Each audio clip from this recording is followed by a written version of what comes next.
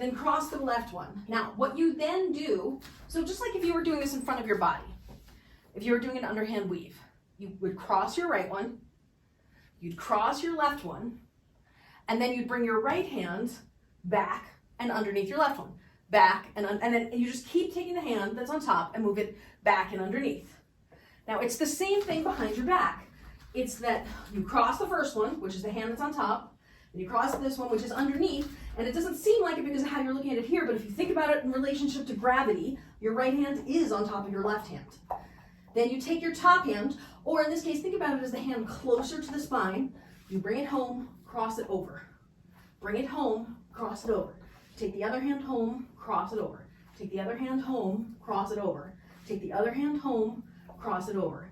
So if you were to do it more at speed, it would be right cross, then the left one stays here while the right one comes back and over, then the left one, then the right one, then the left one. And the whole time, while the hand is crossing, the other hand stays crossed.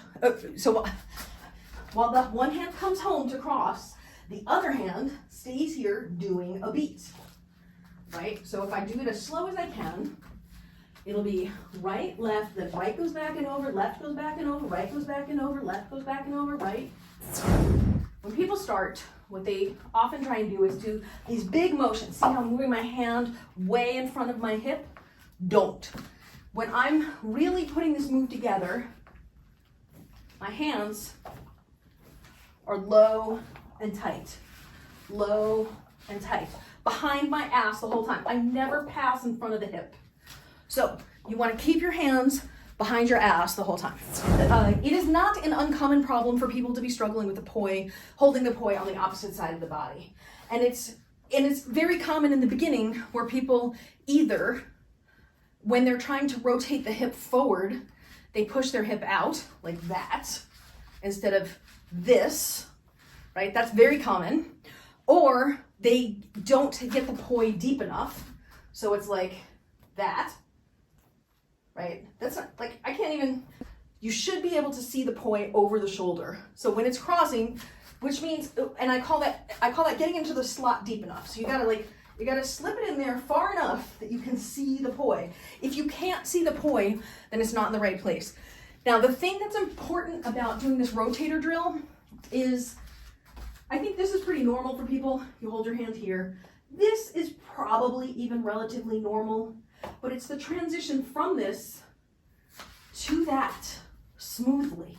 Being able to go from here and shoosh, smoothly rotate the hand and feel that change in momentum. Because here, the momentum feels down in front of me, but as I turn, I'm changing the momentum to down in front of me on the bottom of the turn, as opposed to over the top of the turn. And feeling the difference in that momentum is huge. So you start with it overhand, and then you rotate. So put the poi in front of you, like this.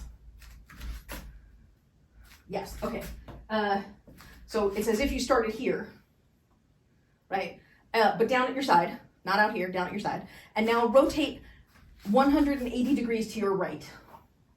Yes, that. I'm gonna keep going so that your hip is perpendicular to the plane of the poi as much as possible.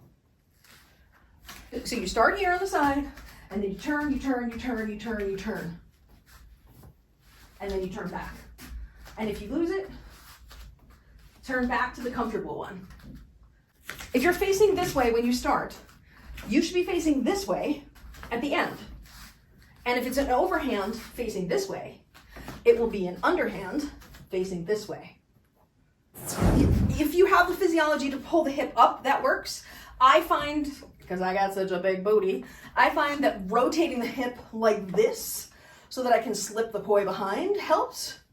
But, you know, whatever works for your physiology.